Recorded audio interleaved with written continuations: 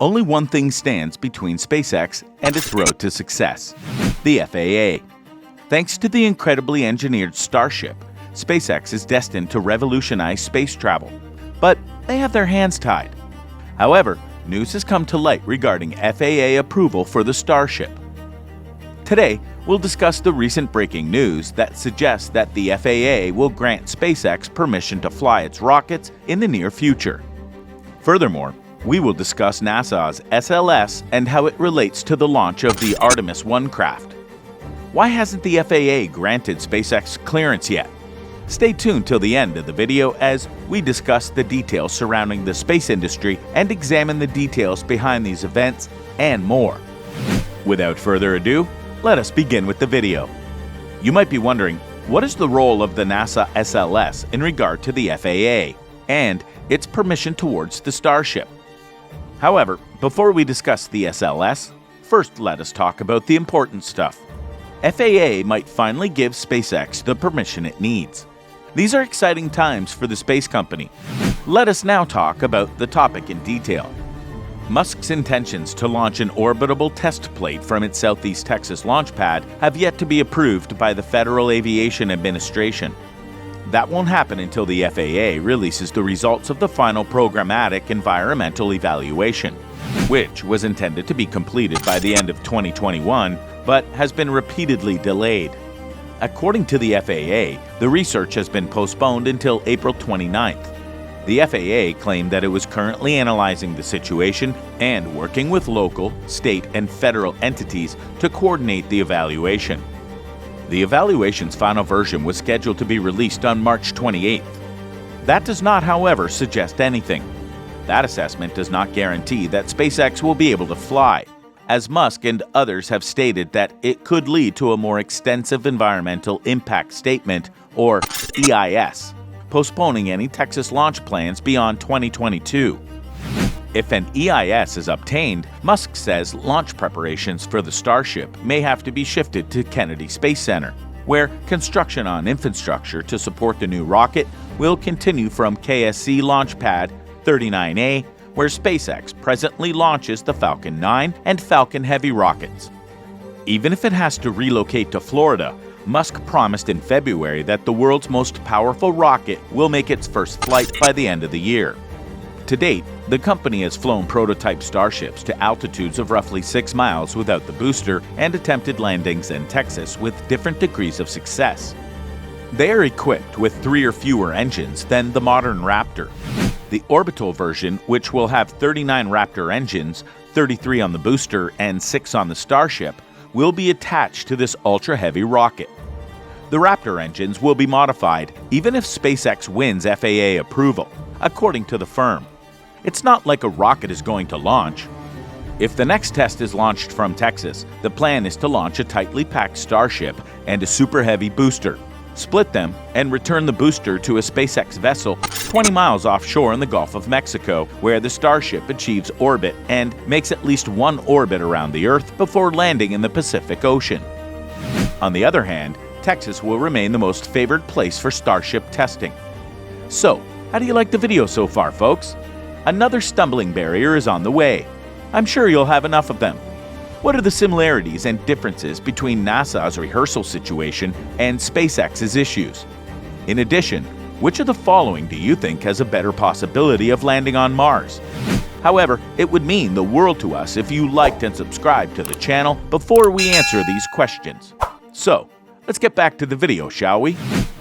So, while you're out having fun with your friends, you're probably wondering why NASA's SLS dress rehearsal went wrong. We've gone over the impact of the FAA's environmental review on the SpaceX mission in great detail, but you're undoubtedly wondering why NASA's SLS dress rehearsal failed. NASA canceled the month-long wet dress rehearsal at Kennedy Space Center on Monday, April 18, 2022. As a result of the cancellation, the Artemis 1 mission, which was set to launch in June, will be postponed. Artemis is NASA's initial step toward a return to the Moon. There have been several delays. 2 malfunctioning systems prompted the delay this week, which will create significant delays for future Artemis flights. According to mission controllers, NASA's unmanned SLS heavy lift rocket will launch in June. carrying the Orion crew capsule on a test voyage across the moon. The launch, however, will be postponed until 2 of the ship's critical systems are fixed. NASA has canceled the launch rehearsal set for Monday, April 18, 2022, which was to entail testing every part of the launch except ignition during a simulated countdown, a live mission status update, and on Monday, April 18, 2022, during that briefing, Antonio Jaramillo, a spokesman for NASA's Office of Communications, went over the SLS's next steps and why they are being taken. NASA will return the Space Launch System rocket and the Orion spacecraft to the vehicle assembly building. Teams will replace a faulty upper stage check valve on the mobile launcher, as well as a little leak on the tail surface mast umbilical, while the Artemis 1 wet dress rehearsal enhances their system with gaseous nitrogen from an outside provider. The SLS is currently safe and sounds parked on its launch pad at KSC, awaiting transit back to the VAP. The reversion date has been scheduled for April 26th. From June 6th through June 16th, Artemis 1 will be available for purchase. Additional options are available from June 29th to July 12th and July 26th to August 9th. However, there were a number of difficulties. Engineers detected the first problem during the countdown rehearsal and declared on April 9th that they will continue testing with a new checklist. A helium check valve that isn't working correctly has been noticed by engineers.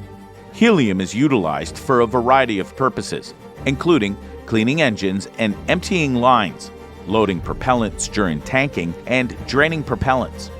A check valve is a valve that enables liquid or gas to flow in one direction but stops it from flowing in the opposite direction. The 3-inch-long repair check valve prevents helium from escaping the rocket.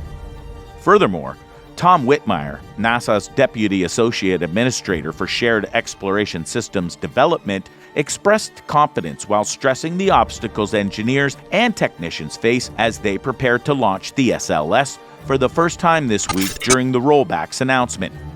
Starting a rocket, fueling it, and keeping track of all the pressures, temperatures, and valves that the vehicle responds to is a delicate ballet. It will take a lot of effort to finish this job. We're putting the pieces of the puzzle together. On Thursday, I believe we figured out a few more parts, but there are still a few more to go. A liquid hydrogen leak in the tail service mast umbilical still needs to be rectified. The SLS will be developed and the Artemis mission will continue, despite yet another delay in getting off the ground. According to Whitmire, we'll leave. A wet dress rehearsal will be held. The sphere's cryo-loading will be illustrated. There will also be a countdown until the end. It's just a matter of determining when and how to implement it, as well as how it fits into our overall strategy. Despite its vast list of problems, it appears that NASA will go to any length to achieve its aim. They, on the other hand, have their work cut out for them. Furthermore, SpaceX, their so-called space industry adversary, continues to grow and appears to be the future of space travel in relation to Earth. It's not just about SpaceX's better technology over NASA, it's also about their ambition and their mad workforce, who, led by Elon Musk, is hell-bent on making Musk's goal of reaching Mars a reality. All we can do now is wait and see what the future holds for the two space firms. That's all there is for today, guys. So, how much longer do we have to wait for the FAA to approve SpaceX? When must they be able to repair the malfunctioning SLS in a timely manner and keep the Artemis 1 mission on track? Please let us know in the comments section below.